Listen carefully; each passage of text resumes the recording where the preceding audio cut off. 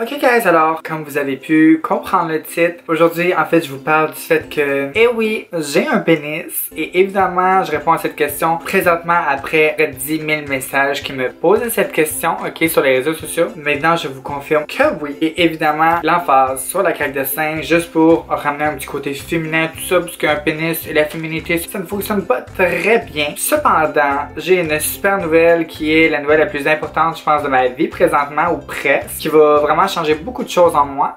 Non, je ne pleure pas, j'ai juste les fossiles qui font mal. Donc c'est ça, en fait, dans presque un mois, je vais avoir mon opération finale de vaginoplastie qui changera absolument toute ma vie, ok? Puis je m'étais dit, pourquoi ne pas faire une vidéo où je vous explique mon sentiment envers le pénis que j'ai présentement et que je n'aurai plus, mais qui a été quand même dans ma vie pendant à peu près 25 ans. Et oui, parce que j'ai 25 ans, ok, je suis une vieille chienne. Aujourd'hui, j'ai décidé de faire une vidéo sur que sont mes ressentiments par rapport à mon pénis que j'ai et qui s'en va, ok? And I'm freaking happy bitches!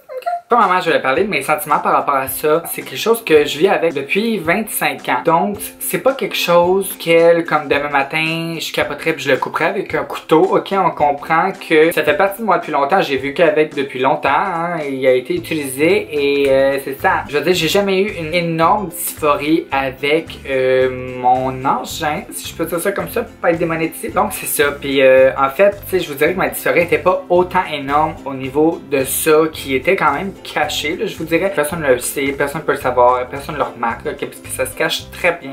Okay. Donc c'est pas mal la raison du pourquoi j'ai attendu à peu près 2 ans pour avoir cette opération-là. En fait, j'ai pas attendu 2 ans, j'ai attendu comme 1 an, mais il y a quand même de l'attente. En termes de papier et tout, c'est compliqué, ok, pour avoir l'opération finale. Et dans mon pays, dans mon province, plutôt au Québec, c'est gratuit. Si je l'aurais voulu demain, 25 000 $ comme ça, je l'aurais eu demain. Mais est-ce que j'avais 25 000 $ à mettre? Non, pas pour le moment. Cette face a coûté cher. Okay. Ça a pris quand même un bon 1 an de processus, je pourrais dire complet, incluant le temps d'attente entre l'appel puis le rendez-vous d'opération. Fait que dans le fond, j'ai à peu près pris 1 an vraiment pour prendre la décision. Je savais que je voulais le faire. J'étais pas tant troublé par cette partie de mon corps en plus par rapport à comme avoir un chum, puis tout c'est un peu plus compliqué parce que justement t'as ça. Fait que là, si tu vas au club dans un club, puis là tu veux revenir avec un gars le soir, it's impossible parce qu'il s'attend pas à ce que t'aies quelque chose dans le pantalon comme ça. Okay? Fait que c'est ça. Mais moi, j'ai comme eu mon chum en plein début de ma transition. Fait que là, comme ça a été quand même un peu plus facile par rapport à ça. Surtout pour comme l'acceptation de moi-même. C'était pas un gros problème pour moi. C'était pas une urgence genre là. Mais là au moins je suis contente parce que ça va être fait là. Puis j'ai hâte que ça soit fait comme ça va terminer tout ça. Conclure this transition. Parce que là j'ai hâte à mon dieu. Parce que là c'est long. Ok. Puis là comme ça va être fait. Quelques mois de calvaire. Mais it's gonna be worth it. Justement je parlais de mon chum Ali. Ma sexualité. Parce que j'imagine que vous vous demandez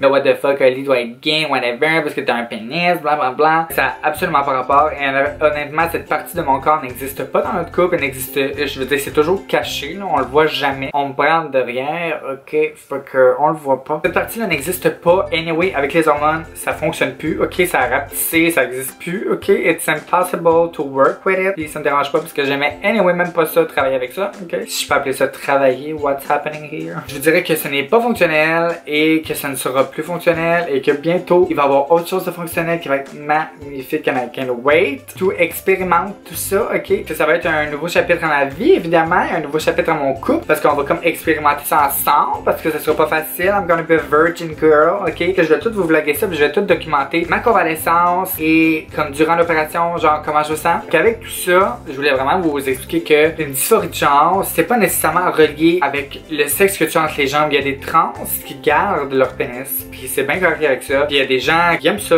puis je veux dire, il y a toutes sortes de fluidité dans le monde, hein, fait qu'on peut pas vraiment juger ça. Puis si j'aurais voulu le garder, je l'aurais gardé, puis whatever, ok. Juste que j'avais envie vraiment d'avoir la liberté féminine que je voulais avoir, que j'avais envie et que je suis en fait. Et même si j'ai un chum qui se fout de qu'est-ce que j'ai en avant, j'avais envie d'être complète puis de me sentir femme à 300% parce que oui, je me sens super femme, ok.